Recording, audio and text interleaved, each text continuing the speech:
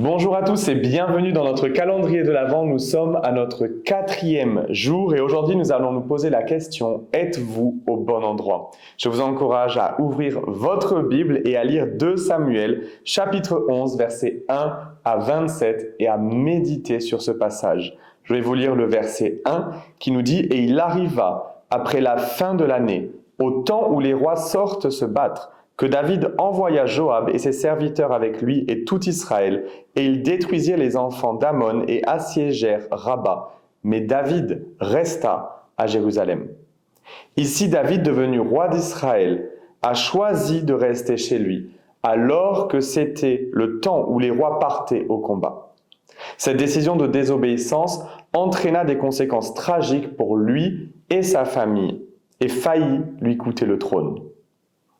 Bien sûr, David devait avoir des problèmes plus profonds que le simple fait de ne pas être au bon endroit et de ne pas faire ce pourquoi il avait été oint. Sa relation avec le Seigneur devait être en déclin depuis un certain temps. Le fait de ne pas être en contact avec Dieu provoque de l'agitation, ce qui nous propulse souvent au mauvais endroit, au mauvais moment. Les personnes qui réussissent finissent souvent par négliger les principes qui les ont conduits au sommet.